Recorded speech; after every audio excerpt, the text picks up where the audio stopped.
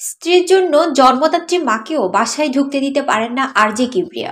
কক্সবাজার বেড়াতে গিয়ে স্ত্রীর বিরুদ্ধে সাধারণ ডায়েরি করেছেন জনপ্রিয় আরজে কিবরিয়া। এক প্রশ্নের জবাবে কিবরিয়া জানিয়েছেন স্ত্রীর জন্য জন্মদাত্রী মাকেও ঢুকতে দিতে পারেন না বাসায়। লাবলু নামের একজনের কথার জবাবে কিবরিয়া বলেন, আমাকে এবার পারতেই হবে লাবলু ভাই, অনেক স্যাক্রিফাইস করেছি, অনেক।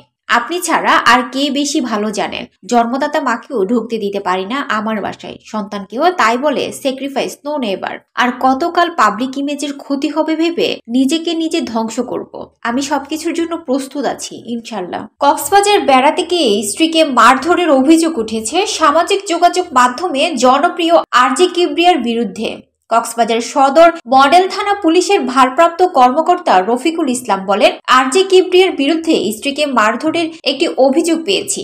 পারিবারিক সমস্যা নিয়ে বিষয়টি হয়েছে বলে মনে হয়, তবে এটা এত বড় সমস্যা নয়। আবার পাল্টা অভিযোগ করে স্ত্রীর বিরুদ্ধে থানায় সাধারণ ডায়েরি করেছেন আরজে কিবরিয়া। বৃহস্পতিবার বিকেলে তিনি নিজে কক্সবাজার সদর মডেল থানায় গিয়ে স্ত্রী রাফিয়া নুরার বিরুদ্ধে জিডি করেন। পুলিশ জানায়, দুদিন আগে কক্সবাজার বেড়াতে এসে কলাতলী হোটেল সাইমন বিচ রিসোর্টে 1002 নম্বর কক্ষে উঠেন তারা। সকালে বাচ্চাদের মারধর করে এবং এক পর্যায়ে হত্যার চেষ্টা চালায় বলে অভিযোগ করেন আরজে কিবরিয়া। বাচ্চাদের রক্ষা করতে গেলে আরজে কিবরিয়াকে মারধর করেন স্ত্রী। সেই সময় তিনি 999-এ ফোন করলে সদর থানার পুলিশ ঘটনাস্থলে গিয়ে আরজে কিবরিয়ার গলায় কাঁধে আঁচড়ের আঘাত দেখতে পায়, তবে পুলিশ বিষয়টি সুরাহা করে। সাইমন বিচ রিসোর্টের একজন কর্মচারী বলেন, কাল রাতেও সুইমিং পুলের পাশে তারা দুজনে বাকবিতঙ্গায় লিপ্ত হয়। রাতের একাংশে স্ত্রী হোটেল ছাড়তেও চান। বিকেল নাগাদ আরজে কিবরিয়া থানায় গিয়ে জিডি করেন। কিবরিয়া বলেন, প্রিয় পরিচিত জন, আমার জ্ঞানত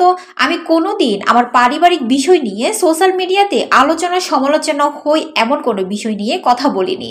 আমি বলতেও চাই না যতক্ষণ পর্যন্ত সে আমার স্ত্রী। আমি কম বেশি সোশ্যাল মিডিয়ায় নেগেটিভিটি ফেস করা মানুষ। আমি জানি একটা সংবাদ যাচাই বাছাই না করে অনলাইনে ছাড়া যায়, ঘটনা পুরাই উল্টে দেওয়া যায়। কাউকে নিয়ে পাবলিকলি বাজে কথা বলার আমি পক্ষে না। আমি জানি আমার চিরশত্রু বলে যদি কেউ থেকে থাকে তো সে প্রথম এবং একমাত্র টার্গেট করবে আমার চরিত্র এবং পাবলিক ইমেজ।